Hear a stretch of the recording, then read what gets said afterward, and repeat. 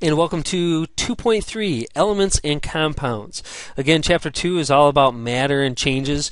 We're talking about properties that matter have and the changes that they undergo.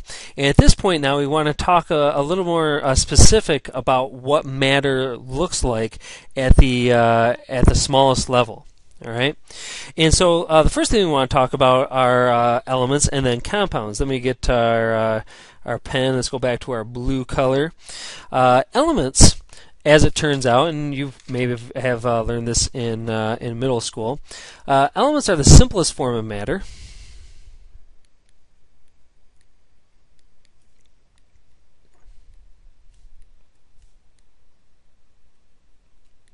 It's the simplest form of matter that has a unique set of properties.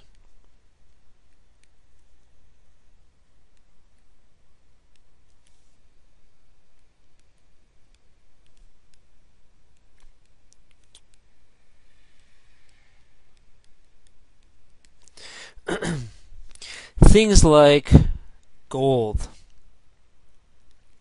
silver, oxygen, hydrogen. I mean, the list can go on. In fact, I think they're up to 114 elements at this point. I'd have to double check that. As opposed to a compound is a substance that contains two or more elements.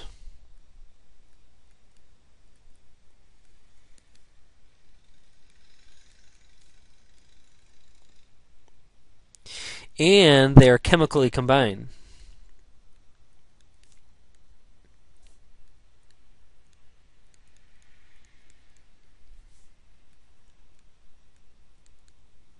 You can actually have two or more elements simply blended together as a mixture, but a compound means that they are actually chemically combined, and it also means that you can break these down. This can be broken down into simpler components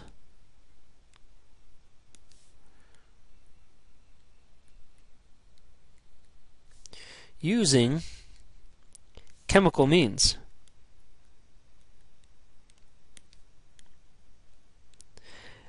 Elements cannot chemically.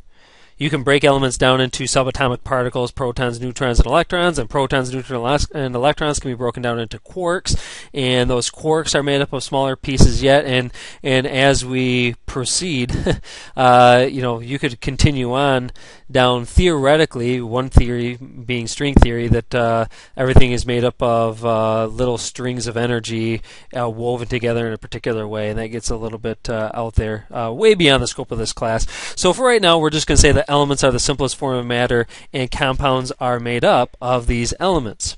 And you can break these things down using chemical changes, or you can simply rearrange these things during a chemical change. And a chemical change is a process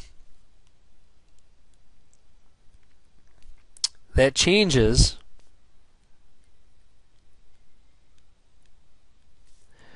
the composition